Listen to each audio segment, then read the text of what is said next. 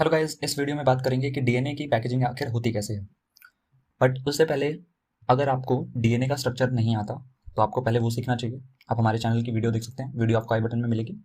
और चैनल को सब्सक्राइब जरूर करिएगा अगर आपको नीट नीट एग्जाम के लिए और भी वीडियोस चाहिए तो चलिए शुरू करते हैं डीएनए पैकेजिंग। बट सवाल पहले ये आता है कि डीएनए पैकेजिंग की आखिरकार रिक्वायरमेंट क्यों है। एक्चुअल में आप सभी को पता होगा कि 3 बिलियन बेस पेयर्स होते हैं एक डीएनए के अंदर। और जस्ट पिछली वाली वीडियो में हमने पढ़ा है कि दो बेस पेयर के बीच में जो डिस्टेंस होता है वो होता है 0.34 नैनोमीटर। अगर मैं इन नंबर्स को आपस में मल्टीप्लाई कर देता हूँ, जैसे 3 इंटू 10⁹, बिलियन जो होता है वो होता है 10⁹, और इसको ये जो डिस्टेंस है दो बेस पेयर के बीच का 0.34 नैनोमीटर होता है 10⁻⁹। तो ये यहाँ से कट हो जाएगा और ये जो भी हमारे पास आंसर आएगा वो कौन सी यूनिट में आएगा, मीटर में आएगा। तो अगर मैं इसको यहाँ से मल्टीप्लाई करता हूँ तो एक रफली 2.2 समथिंग अप्रॉक्स जो है मीटर्स में इसका आंसर आएगा। तो डीएनए की जो प्रॉपर लेंथ हो गई वो हो गई 2.2 मीटर। तो जब 2.2 मीटर पूरे पॉलीन्यूक्लियोटाइड चेन की लेंथ है, लेकिन अगर हम देखें तो ये किस में होता है, न्यूक्लियस में होता है। जो न्यूक्लियस है उसका लगभग जो डायमीटर होता है वो 10⁻⁶ होता है। ठीक है, मीटर में है ये भी। तो जब इतना बड़ा पॉलीमर हमें रखना है तो जाहिर सी बात है हमें पैक करके रखना पड़ेगा। इसका एग्जांपल ऐसे लगाओ जैसे कि आप पतंग उड़ाते हो, तो उसमें जो थ्रेड होता है उसका साइज काफ़ी लेंथ में लंबा होता है, लेकिन आप क्या करते हो, उसे रोल करके रखते हो, तभी आप छोटे से स्पेस में इतना बड़ा थ्रेड जो है वो रख पाते हो। तो इससे आइडिया आया कि क्यों ना डीएनए की पैकेजिंग तो होती होगी, बट वो होती कैसे है। तो पहले हम बात करते हैं कौन से ऑर्गेनिज्म में हमें पढ़ना है।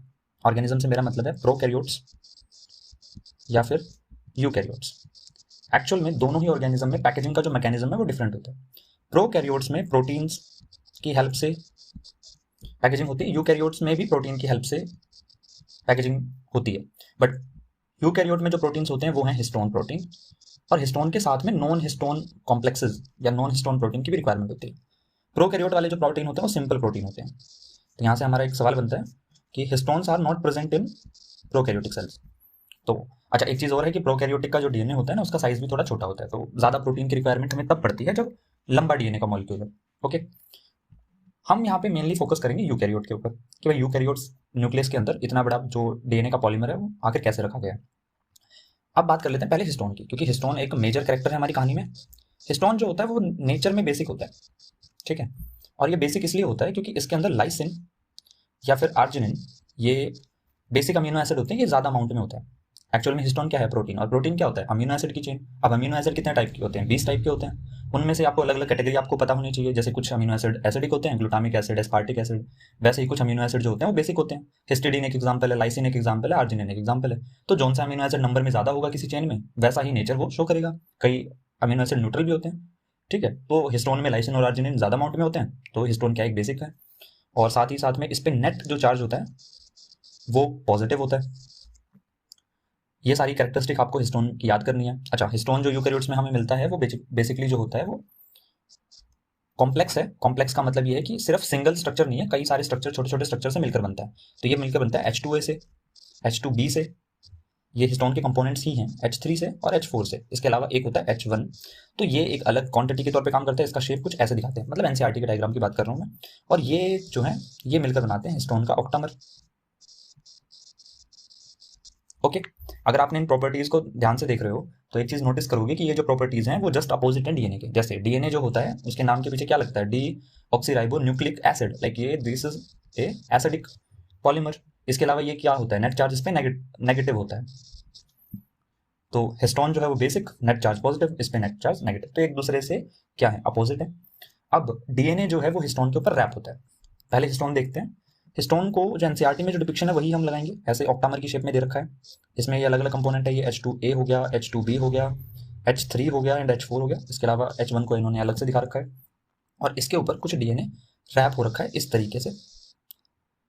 अब ये जो रैपिंग होती है वो एक्जैक्टली ऐसे नहीं होती जैसे एनसीईआरटी में दिखा रखा है। एनसीईआरटी की इमेज कुछ ऐसी नजर आती है, बट ऐसा जरूरी नहीं है कि ऐसा ही दिखे, ठीक है। एक चीज और कि कितना रैप होता है, तो बेसिकली ये जो एक हिस्टोन ऑक्टामर पे 1.75 टर्न्स होते हैं। अब 1.75 टर्न का मतलब क्या हो गया भाई, देखो 2 टर्न अगर होते तो सीधी सी बात है कि एक बार रैप हुआ, ये एक सर्कल कंप्लीट हुआ, फिर दूसरी बार फिर से कंप्लीट हो गया।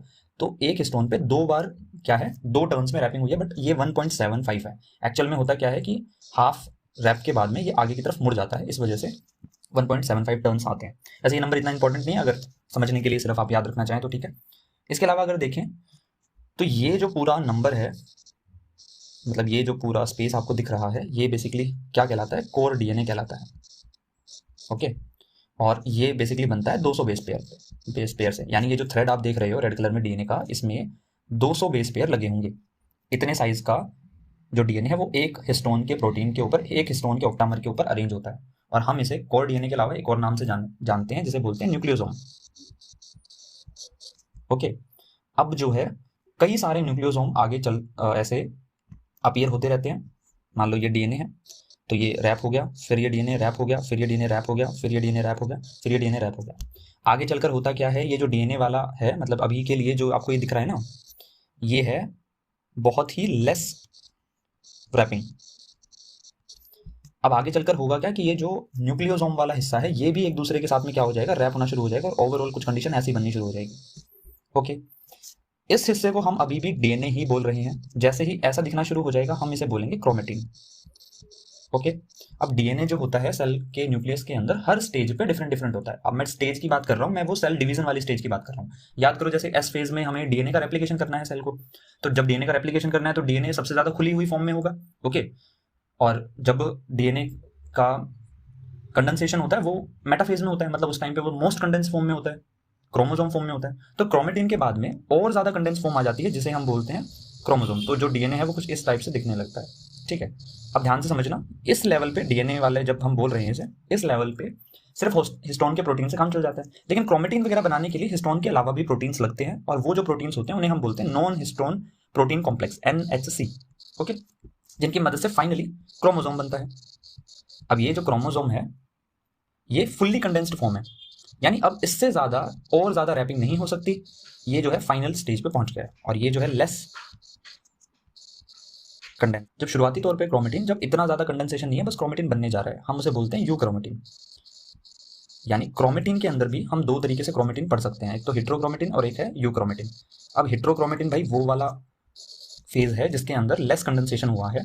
यूक्रोमेटिन में लेस कंडेंसेशन हुआ है, और हेट्रो में लार्ज कंडेंसेशन हुआ है, या फिर मोर कंडेंसेशन आप बोल सकते हो। ठीक है, यूक्रोमेटिन क्या है, लेस कंडेंसेशन है। अच्छा, यूक्रोमेटिन के अंदर क्या हो सकता है, आरएनए का फॉर्मेशन हो सकता है, यानी ये जो है यूक्रोमेटिन ट्रांसक्रिप्शनली एक्टिव होता है। हेट्रोक्रोमेटिन क्योंकि ज्यादा कंडेंस हो चुका है, तो ये जो है ट्रांसक्रिप्शनली इनएक्टिव होता है, तो आरएनए का फॉर्मेशन यहाँ पे नहीं हो सकता। ठीक है, मैं फिर से एक बार के लिए आपको एक इमेज दिखाता हूँ, शायद उससे समझ में आए। ध्यान से देखिएगा, डीएनए है, डीएनए के बाद में न्यूक्लियोसोम बन जा रहा है, न्यूक्लियोसोम की फर्दर रैपिंग होती है, और आगे क्रोमेटिन की फॉर्मेशन होती है। क्रोमेटिन फर्दर अगली स्टेज पे कंडेंस और ज्यादा होता जा रहा है, और फिर फाइनली क्रोमोसोम बनता है। अब क्रोमेटिन के अंदर भी दो तरीके हम देख पा रहे हैं, जैसे एक में क्रोमेटिन कम कंडेंस है, एक में क्रोमेटिन ज्यादा कंडेंस है।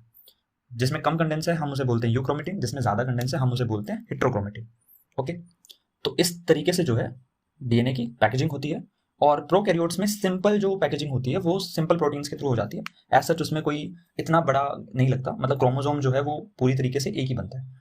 एडवांस पैकिंग देखने को मिलती है यूकैरियोट्स के अंदर, उसमें क्रोमोसोम के नंबर भी होते हैं, तो क्रोमोसोम अलग अलग भी बनते हैं, अलग अलग साइज के भी बनते हैं, तो वो सारी चीजें भी बहुत हायर लेवल पे चली जाती हैं। 12th क्लास के लेवल पे इतना सफिशिएंट है। तो thank you so much for watching this video. You can consider subscribing this channel for more such neat videos. Thank you.